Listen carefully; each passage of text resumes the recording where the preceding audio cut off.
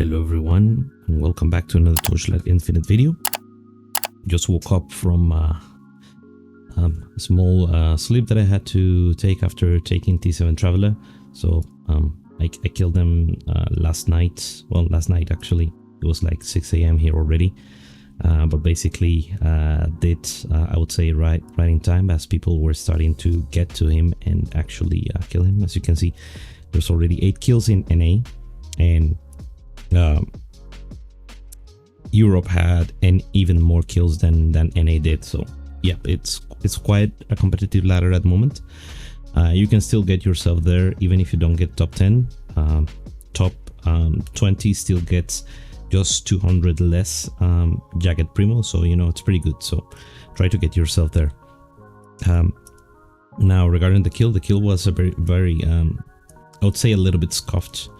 I used this exact setup for the kill, and I think I listed 140 million, which should be more or less accurate to what damage I was dealing on average.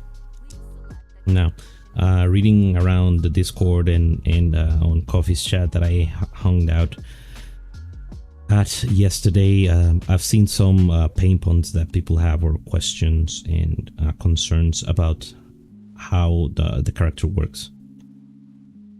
So yeah, one thing that you should know is Dazzling Bloom is better to use manually. I mean, it's the only button that you will press, so you know it's not that of a huge deal. You get more out of it once you use it at least 3 times for the well fought battle buff. So the first thing that I have seen people asking a lot is, why am I dealing no damage? One mistake that you could be making is that early on when you're leveling, you will pick either of these traits, but you will certainly pick this. And once you reach level 75 or a little bit after is when you would switch to ultimate.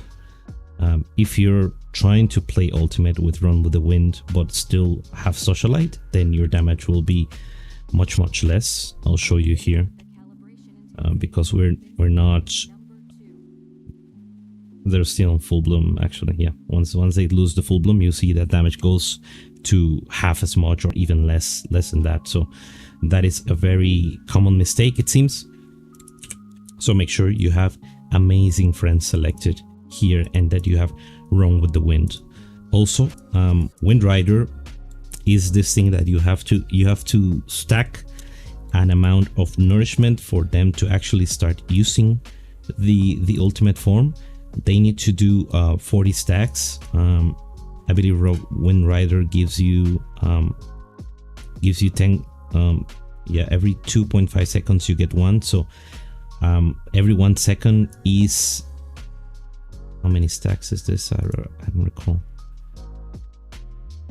Can be channeled up to 5. Okay, you get 2 stacks every 1 second, and you need 40, which means you need roughly 20 seconds of runtime.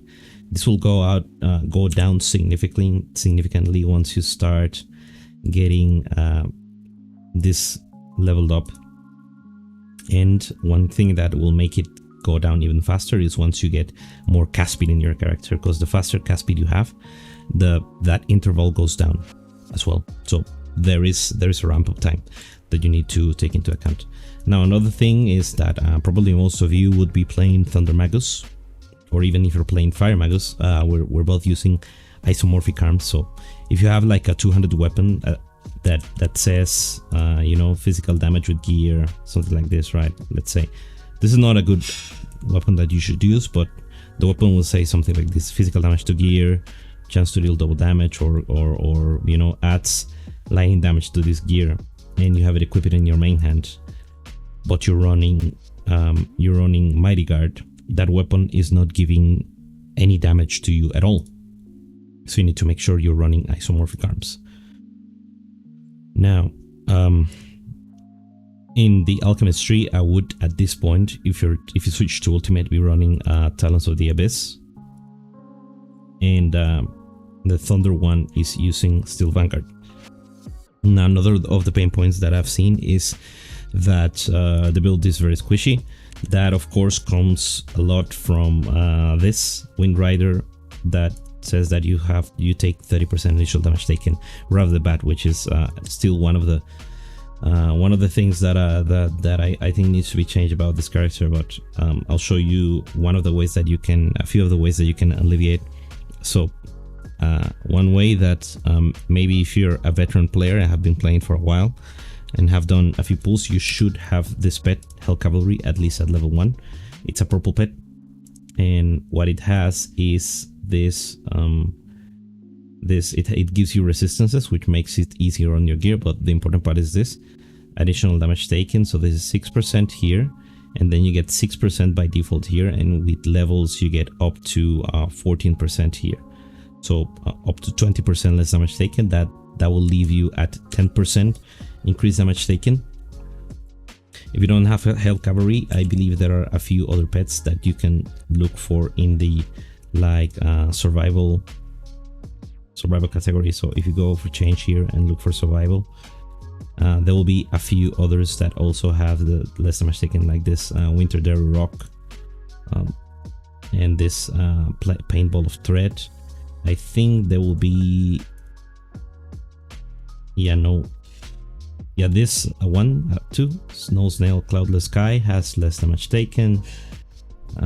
Quicksand also does. So I would definitely be running one of these, at least for the early part of the game, before you get your gearing done.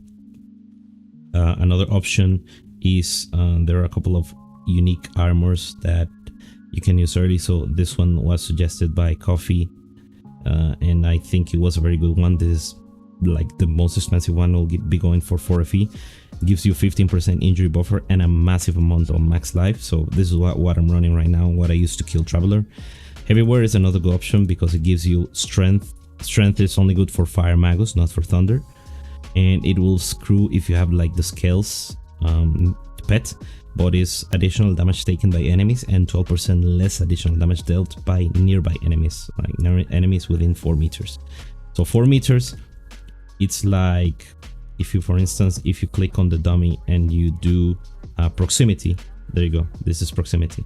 This is the distance at which enemies will deal less damage to you. So you have to be fairly melee, but it's a good option. Now I've seen, I don't remember if this was the case before, but as you can see, shields have the role of additional physical damage taken as a prefix, and there could be another affix that you could roll here for less damage. Block is definitely pretty good, even without the block cap. It could be something good to get. Actually, the damage taken seems to be, you have life restore on block, and you have additional up to 12% additional physical damage taken with block chance, and that is a basic affix. It's not even an advanced affix, so it shouldn't be too expensive to roll. Getting some extra armor as well. So physical will be is the most abundant type of damage in the game. So getting some extra armor would be good while you handle your transition to energy shield, if you're ever gonna do it. But yeah, that is in terms of how to mitigate damage. I'm gonna be testing around to see if shields can be scaled into T8 to make the build feel a little bit less squishy, especially because the league mechanic likes to throw a ton of monsters at you. Okay, another question is Thunder versus Fire.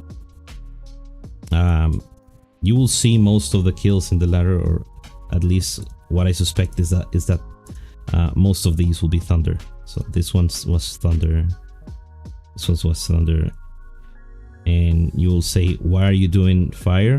I'm doing Fire because I already know Thunder is good. Thunder was good last season. Thunder has always been the best. I want to test how good are the others. So if you want to be safe, I would stick to Thunder. Coffee Beans is doing Thunder as well. So if you want to have like a very detailed guide on how to scale Thunder, then you can follow Coffee, and you can follow any of these guys that made it very early to the kill, they would also be I think very knowledgeable on how to scale their character. So yeah, go Thunder for safety. If you're curious on how the others work, you can do whatever you want. But yeah, if you're new, I recommend you stick to Thunder Megas. Now Iris 1 versus Iris 2. If we judge solely by the T7 kills and the drag ladders and stuff, you would see that for the most part Iris 2 still seems to be a little bit better. This kill was much earlier than Iris 1's kills, and they have 9 here. NA is quite people are just waking up or are just working, and they will be playing more in the afternoon today, so it will take a little bit longer to fill up. But in general, what seems to be the sentiment is that Iris 2 remains better. Now, I haven't played Iris 2 personally, but I know that she doesn't have an increased damage taken line on her character, so that alone it's a decent compelling choice to pick her over Iris 1. I play Iris 1 because I like her and I like to test stuff. But again, if you're new, you could probably follow Uber. So Uber in NA is this guy, and he I think he was streaming last night. He will probably be streaming a little bit more today. Where is it? This guy, the Uber lead. He has been playing Iris 2 for quite a while. You can follow Alex Siege as well. Alex Siege is in they are both speak in the Iris channel and Theorycraft together and stuff. So you have quite ways to go with them. They Alex Siege took, I think both of them took SS21 already last season, so you know you'll be quite in good hands if you follow them or recommendations. Anyway, what remains? I got a very sad pedigree from my Traveler 7 kill, which I have here for 100 just because I refuse to sell it for cheaper, but we will probably see it in the stash for the rest of the league. But anyway, that's all I have for today. Thank you very much for watching. I'll leave you with a kill. It isn't clean. If you want to be sure, I would go for dummy DPS of at least 300 to 400 million to like do it very clean. And if you go Thunder Magos, you can probably reach that faster than you think. Right? Thank you very much for watching, and have a great rest of the day, and another update will be posted tomorrow. Bye bye.